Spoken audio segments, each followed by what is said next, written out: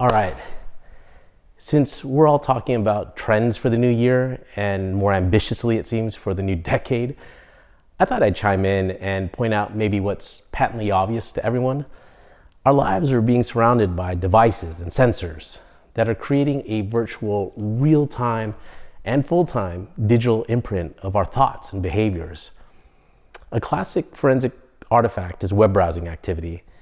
It doesn't only track when we're accessing the web and how often, but what we're looking for via search terms and keywords. In other words, there's a potentially indelible imprint of what's on our minds and, in some sense, what's in our minds.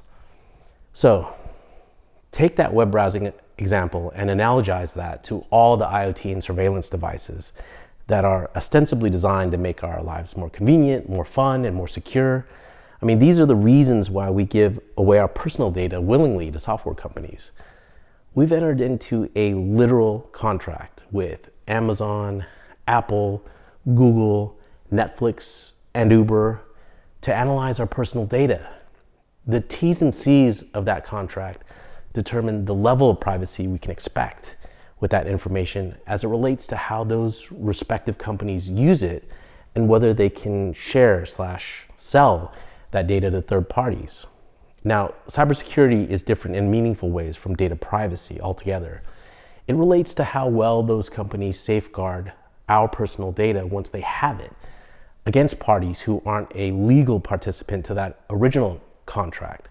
Let's say Soviet, Chinese, North Korean, and even homegrown American hackers, for example.